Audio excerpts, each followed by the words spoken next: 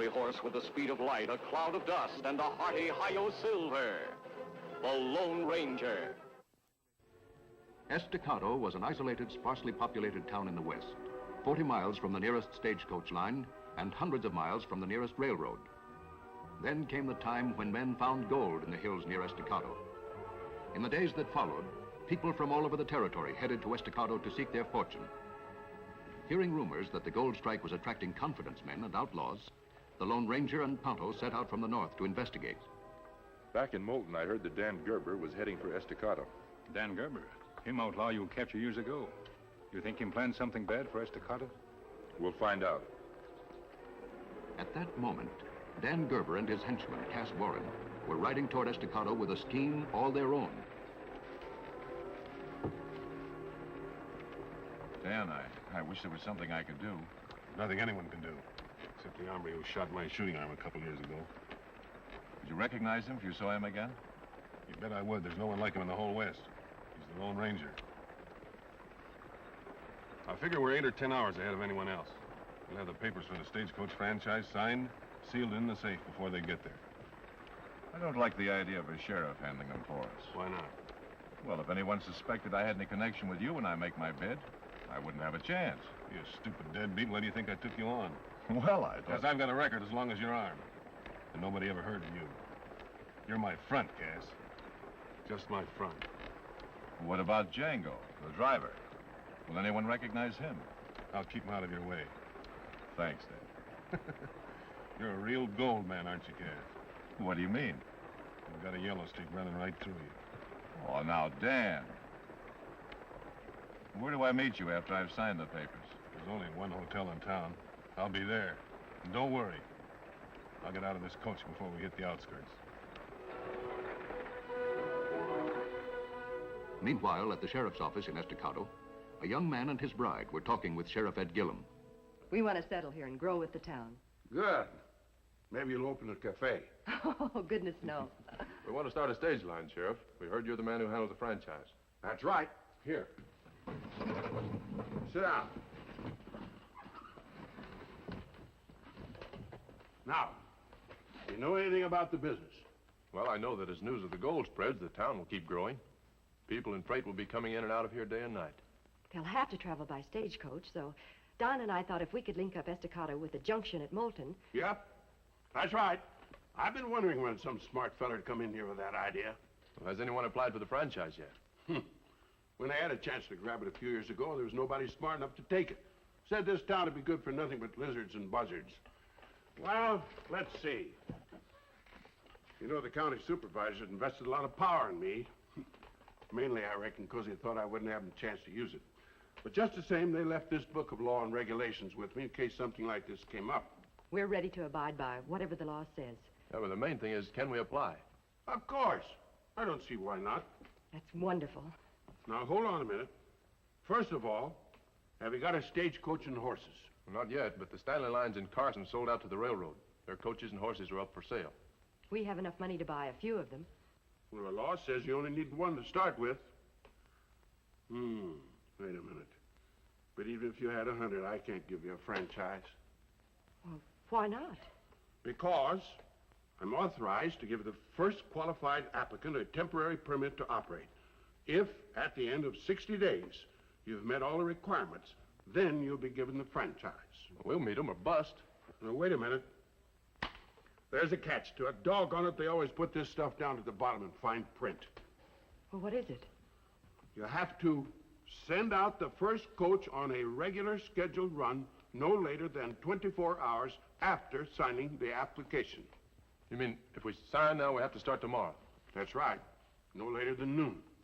Now, it'll take you 8 hours to get over to Carson and buy your coach. Maybe 5 to get back. It's awfully short, but we'll sign. I'm glad. So am I.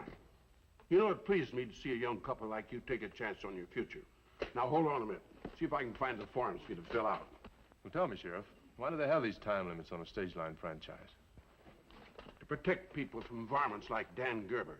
Why, he started any number of stage lines, used poor equipment, had bad schedules, sold stock in these companies, and then closed up. Staying within the law all the time. But no one would give him a franchise anymore, would they? No, but it's good to protect others from fellas like Gerber from starting all over again. Howdy, mister. How do you do? I understand you're in charge of the stagecoach franchise for Estacado. That's right. I'll be with you in just a minute. Sheriff, I'm in a hurry. I want to make sure that my stage line application's the first one. Now, here are 2 copies, Don. Fill them both out and sign your name at the bottom. Both you and your wife. Thanks, Sheriff. Are those for the stage line franchise? That's right, mister. And if you came in here to be first, I'm afraid you're a mite too late. But that's impossible. How could they have... I'll be glad to show you how it works. A few hours later, a scowling Cass Warren entered Dan Gerber's room at the Estacado Hotel. Well, we were too late, Dan. Too late. Somebody else filed an application, got a temporary permit just as I got there. Why, they're dirty. Who was it? A local fellow, Don Wyman. Never heard of him. What's this stuff about a permit? Well, the sheriff says that's the way they're running things now. You sign an application, you have to do things in a certain time, or the franchise doesn't come through. They're getting smart, aren't they? How many coaches does this Wyman have? None right now. He's going to buy some of the Stanley Line coaches in Carson. I see. And when does he start operating from here? Well, if he doesn't start by noon tomorrow, his application is void. In that case, he'll have to be leaving for Carson right away. But what can we do? See that he never gets anywhere near Carson. You mean you'd kill him? No. You will, you and Django. No, wait a minute, Dan. I'm no murderer. I never killed a man in my life. I know. That's why you're going to kill one now. No, Dan. Not me. Why do we have to kill him? There must be some other way of getting rid of him. Sure, there's lots of ways, only we haven't got the time to take them. Why, if anyone suspected that I had any... That's right. You lose not only an option, you lose your neck. You gotta be smart, Cass. No, Dan. I won't do it. I'm quitting right now. Go ahead. Walk out the door. No. What would you do? Since you joined up with me, I got enough on you to make sure you get 20 years. You walk out that door and I'll see that you get it. Now, wait a minute, Dan. Let's talk this thing. I'll do the talking. I don't trust a man that's yellow. I gotta make sure he won't rat on me now or ever. That's why you're gonna kill Wyman. Or take your 20 years. I'd heard you were tough, Dan. But I didn't think you were like this. Now you know. A short time later, in the Badlands outside of Estacado, Don Wyman raced along at top speed toward the trading center of Carson. Meanwhile, Cass Warren and Django sped along a side trail that joined the main road not far away. When they reached the main road, they stopped. There he is, coming around that far bend. I see him. We're just in time. Come on.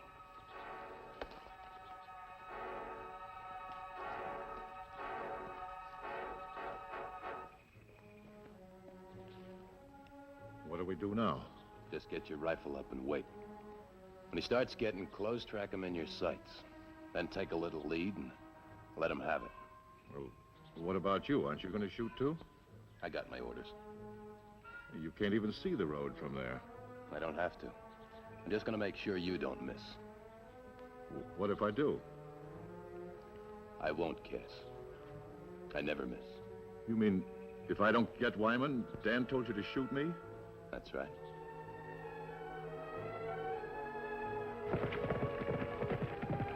Here he comes. You sure he's the right one? No. No, he isn't. Yeah, he's the one. Then kill him.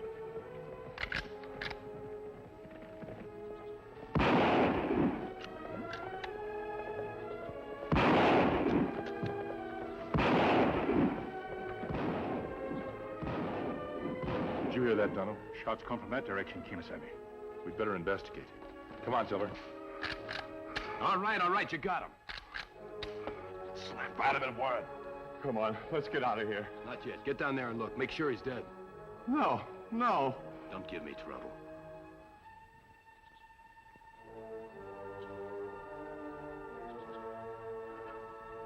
Is he dead?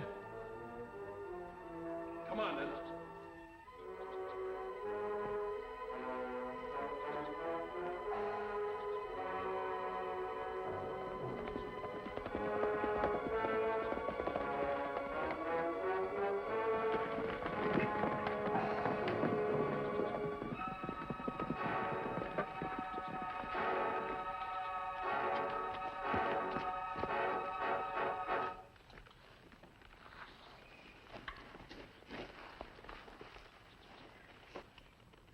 He's still alive, Tonto. Bring the bandages from the saddlebag.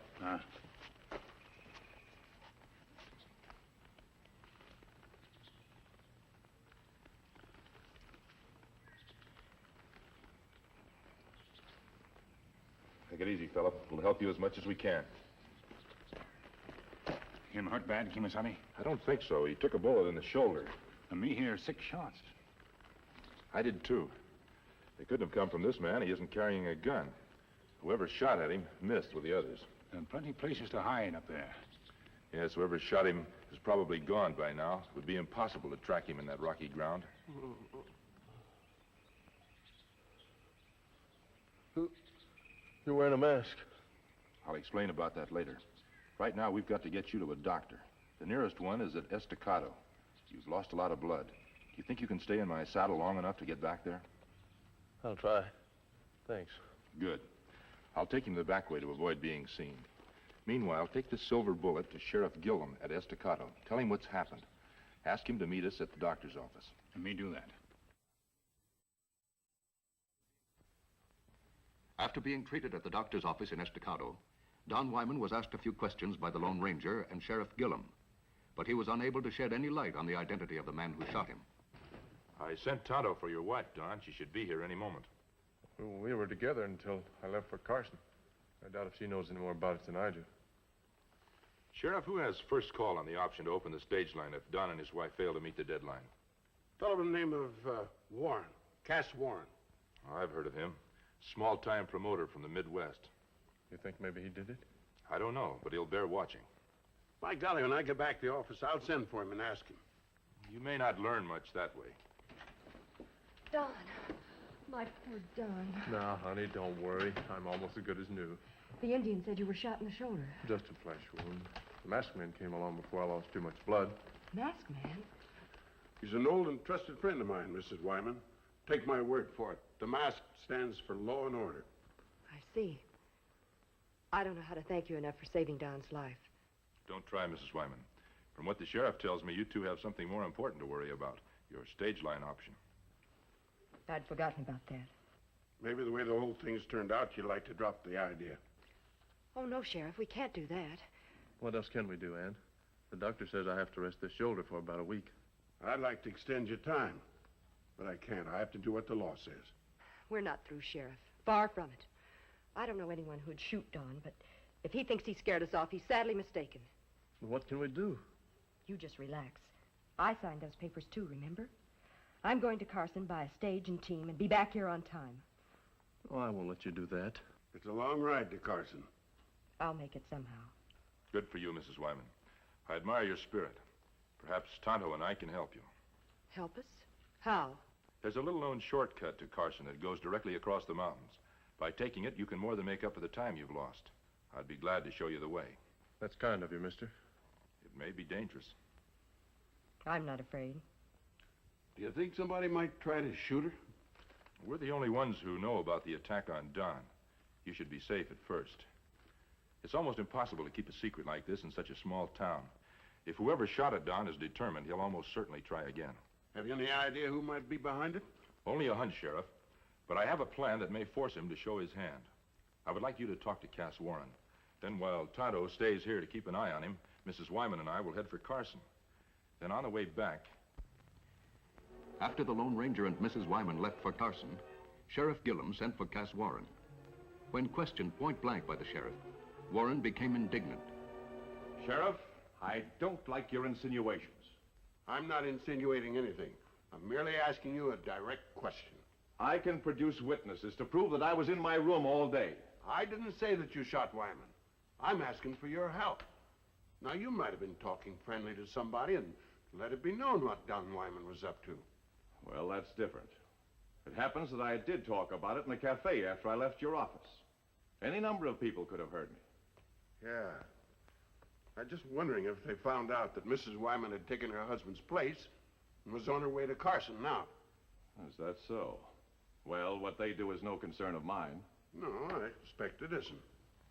Well, if there's nothing further, I'll see you tomorrow.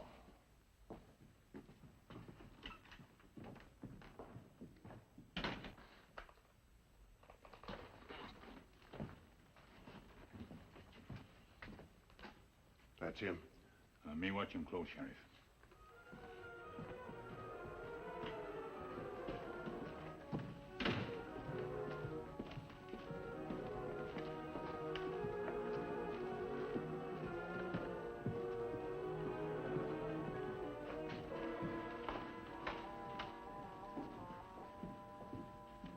I don't get it at all.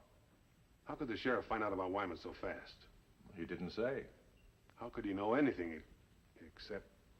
Why, you stupid, bungling idiot. What's the matter? Don't pull that innocent act on us. You didn't kill Wyman, did you? Well, I certainly thought I did. He looked dead. Did you make sure? Did you go back and finish him off? Cass looked at him. He said he was dead. You sure messed up this one. What's the matter, Django? Casket on your nerves? I never figured you had any. Or are you turning yellow, too? Now, wait a minute. All right, let it go. You probably just wounded him, and somehow he came back here. Well, the sheriff did say that Mrs. Wyman left for Carson to handle the deal herself. She did, huh? Uh-oh. They're trying to draw us into a trap. Why do you say that? Come here and take a look.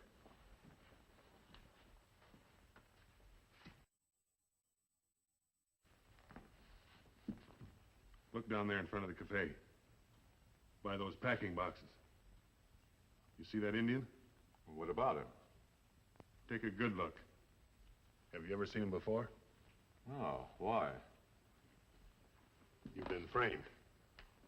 You were brought to the sheriff's office and told about Mrs. Wyman, so maybe you'd show your hand. What are you getting at? And now I know how Wyman got here so fast. Somebody brought him. Well, what's that got to do with the Indian? The Indian's name is Tonto. He was with the Lone Ranger when he shot me. I'd know him any place. I'm not getting mixed up with him. He's not here, don't you get it? He probably left the Indian to watch you. He's protecting the dame on the way to Carson. This is your chance, Gerber. Gonna take it? Sure, and you're gonna help me. Only I don't want any gunfire.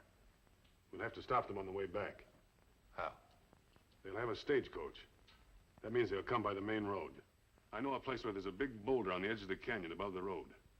A charge of blasting powder will bring it down.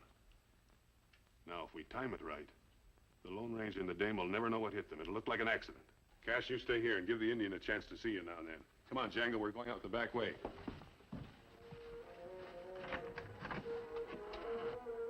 That night, the Lone Ranger and Ann Wyman arrived in Carson. After buying horses and a Concord stagecoach for her new line and hiring a driver, Ann stayed overnight with friends and left at dawn to allow ample time to reach Estacado before the time limit expired. The Lone Ranger rode on ahead of the stagecoach. He kept to one side of the road and watched for signs of a possible ambush. Meanwhile, at a canyon overlooking a narrow bend in the road, Dan Gerber and his henchmen prepared to destroy the oncoming stagecoach.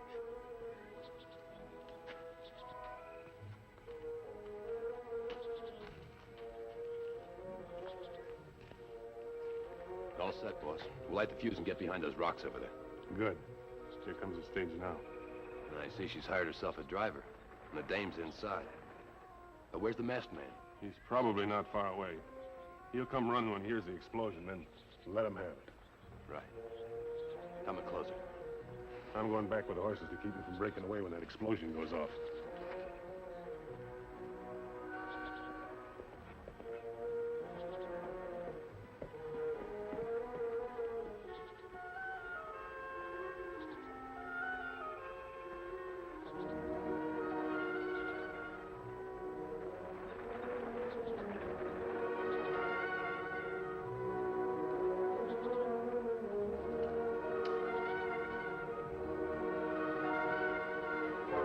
Don't turn around, Django.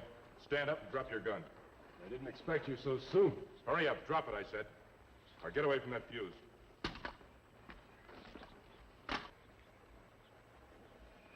Drop the gun, masked man. I've got you covered. Drop the other one. Now back up against that rock. But Mrs. Wyman is in that stagecoach. She's done nothing to deserve this. She's in the way, and so are you. Silver! Silver! Come on, boy! Get him!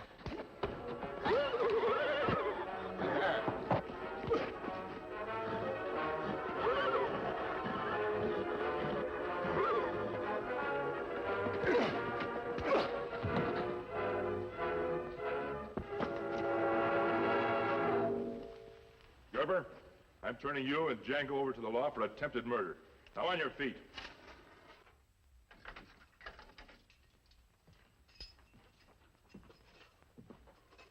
Mrs. Wyman, your driver has just 10 minutes to start the first stage run to Carson. We're ready, Sheriff. We've already signed up 2 paying passengers. Thanks to you, mister, and your Indian friend. When Tonto saw your stagecoach coming, he rounded up Cass Warren. Warren broke down and told everything. We got enough evidence on these men to send them up for 20 years. I didn't realize what you'd done until I came here and heard them quarreling among themselves. You risked your life to save Ann's. I can never thank you enough. Don't try. It's thanks enough to rid the West of men like them. We'd better go, Tonto. Wish you could stick around, Estacado.